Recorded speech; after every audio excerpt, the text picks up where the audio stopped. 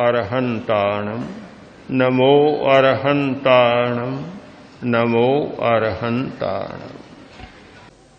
हमारे शरीर में ज्ञान तंतु सारे समूचे नाड़ी संस्थान शरीर में फैला हुआ है और पूरे शरीर में दो प्रकार के तंतु हैं, ज्ञान तंतु और कर्म तंतु, सेंसरी नर्व और मोटार नर्व, ये फैले हुए हैं।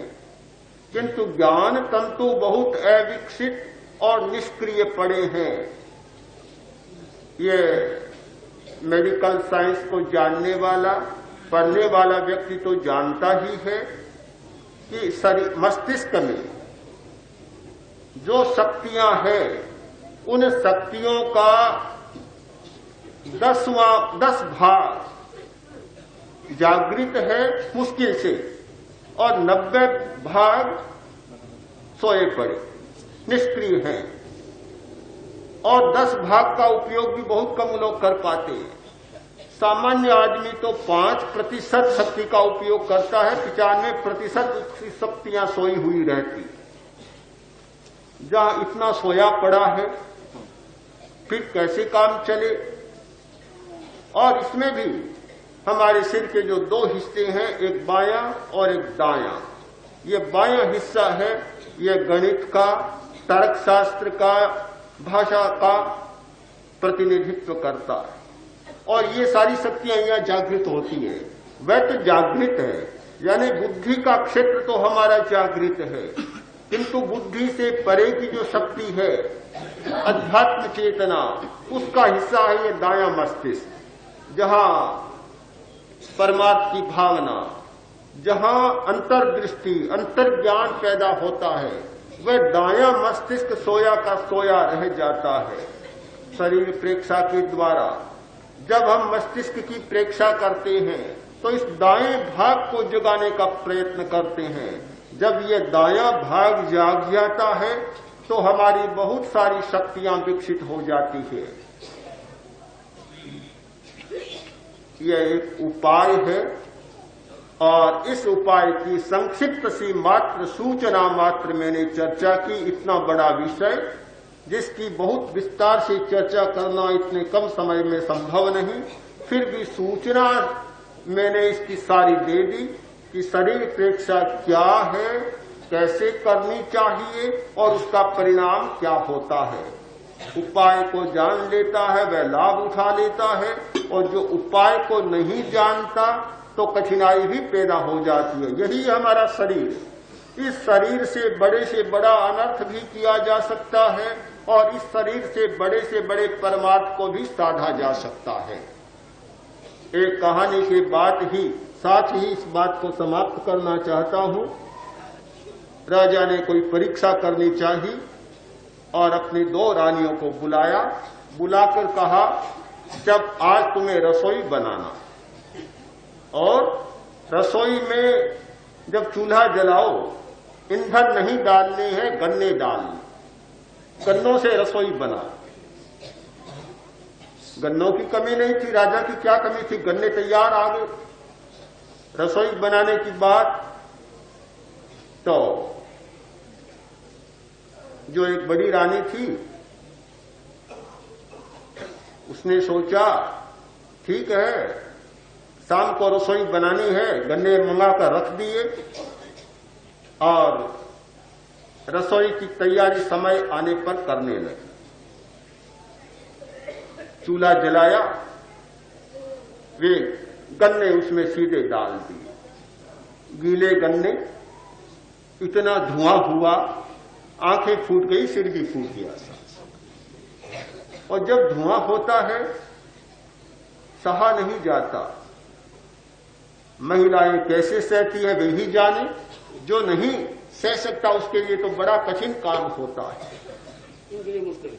हाँ, इनके लिए भी मुश्किल। हाँ, मुश्किल हो जाता है इनके लिए भी। और जले ही नहीं पूरे, केवरा धुआं ही धुआं हो गया, रसोई बनी नहीं, सिर पच्ची करके रह गई, रसोई नहीं बनी। जो छोटी थी उसने सोचा कि रसोई तो बनानी है पर गन्ने गीले हैं, रसोई कैसे बनेगी। उसने लड़कों को बुलाया बहुत सारे लड़कों को इकट्ठा कर लिया और कहा ये पड़े गन्ने, जो चूसना चाहो वह चूस लो।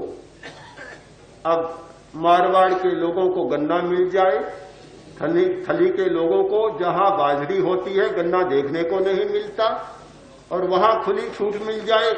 बच्चों ने जी भर कर गन्ने चूसे और छिलके फेंक दिए, पड़े पड़े सूख गए।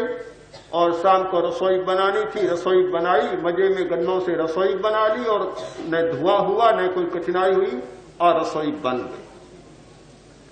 गन्ने से रसोई भी बन गई और गन्ने ने धुआं भी बढ़ा दिया। इस शरीर से पाक भी हो सकता है और इस शरीर से धुआं भी निकल सकता है अगर हम रस दूसरों को देना जाने।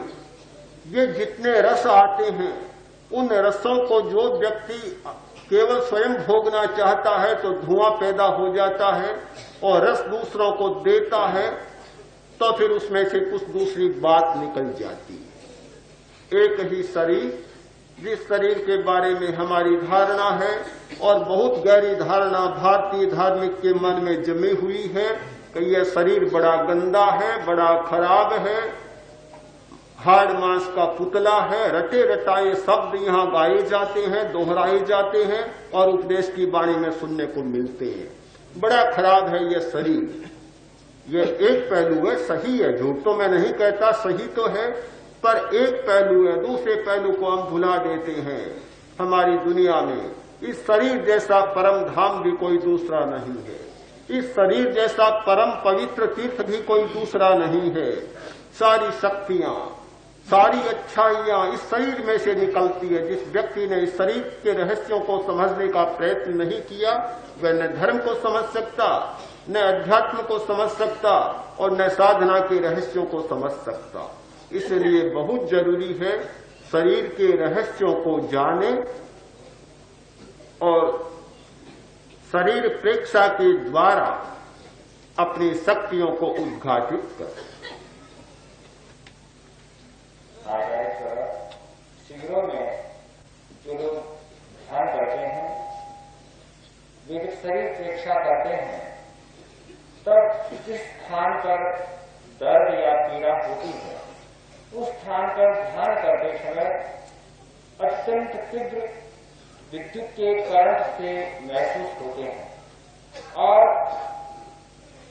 उस स्थान से दर्द गायब हो जाता है।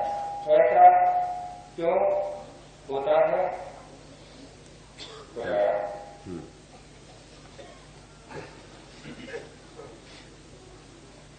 इसके दो कारण हैं। एक कारण है जहां हमारा चित्त जाता है वहां प्राण का प्रवाह जाता है।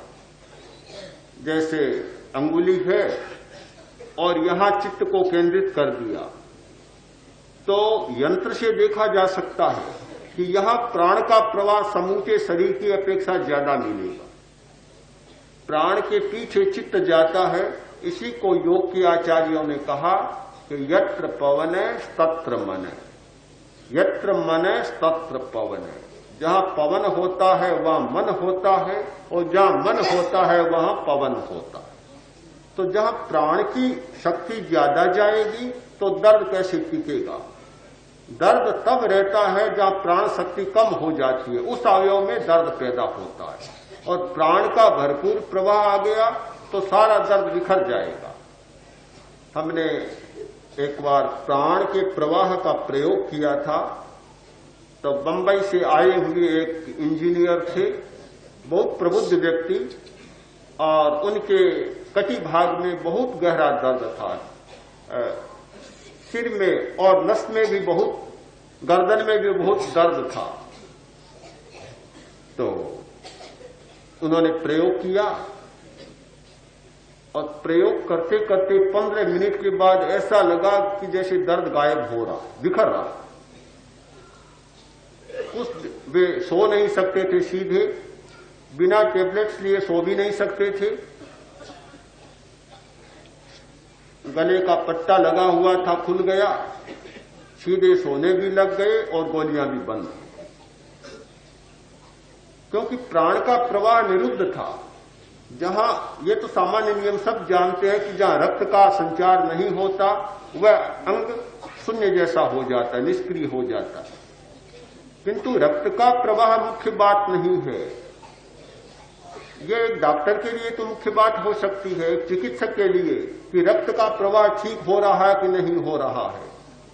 किंतु एक साधक के लिए इससे भी एक सूक्ष्म बात है कि रक्त का संचार ठीक हो रहा है, प्राण विद्युत का संचार ठीक हो रहा है या नहीं हो रहा है, यह मुख्य बात होती है। और जब प्राण का प्रवाह ठीक हुआ, दर्द मिट जाएगा। दूसरी बात कि हमारे शरीर में जितना असंतुलन पैदा होता है वह प्रियता और अप्रियता की भावना से होता है। हम दो आयामों में जीते हैं प्राय, या प्रियता का क्षण और या अप्रियता का क्षण। कोई सामने इष्ट वस्तु आती है तो हमारी प्रियता की वृत्ति जाग जाती है, कोई खराब वस्तु सामने आती है तो अप्रियता की वस्तु जाग जाती है। दिन रात के 24 घंटों में यदि ध्यान दिया जाए, जागते समय और सोते समय भी, सपनों में भी लगभग ये प्रियता और अप्रियता की वृत्तियां चालू रहती है। एक मिट्टी तो दूसरी आई, दूसरी मिट्टी तो पहली आई, या प्रियता होगी या अप्रियता होगी। एक तीसरा आयाम है हमारे जीवन का, एक तीसरा क्षण है समता का, जिसमें न प्रियता और न अप्रियता। जब हम प्रिय और अप्रिय भावों से मुक्त होकर समभाव के द्वारा प्रेक्षा शुरू करते हैं, अपने शरीर को देखना शुरू करते हैं, तो प्रियता और अप्रियता के क्षणों में जो वृत्तियां जागती है, हमारी ग्रंथियों के जो स्राव होते हैं और वे जो जो कठिनाइयां पैदा करते हैं, वे सारी कठिनाइयां एकदम शांत होने लग जाती है। यह दूसरा कारण है कि ध्यान होता है चित्त की शुद्धि के लिए, किंतु साथ साथ हमने देखा कि स्नायुविक बीमारियां तो बहुत जल्दी मिटती है और मानसिक बीमारियां बहुत मिटती हैं, और साथ साथ में शारीरिक बीमारियां भी बहुत ठीक होने लग जाती। प्रश्न है कि शरीर के माध्यम से पौद्गलिक सुख मिलते हैं, पर क्या इस माध्यम से आत्मिक सुख भी मिल सकते हैं? मैंने पहले ही कहानी सुना दी कि गन्ना वही तो है, धुआं भी निकाल लो और रसोई भी बना लो, तो माध्यम ही तो है। इससे शारीरिक सुख भी पालो और आत्मिक सुख भी पालो। आत्मा और है कहां? शरीर के बाहर तो कहीं आत्मा है नहीं, है तो भीतर ही। बस जिस क्षण प्रियता और अप्रियता से छुट्टी पालो, यह शरीर आत्मिक सुख का माध्यम बन जाए, और प्रियता और अप्रियता से जोड़ लो इस शरीर को, तो ये पौद्गलिक सुख का साधन बन जाएगा।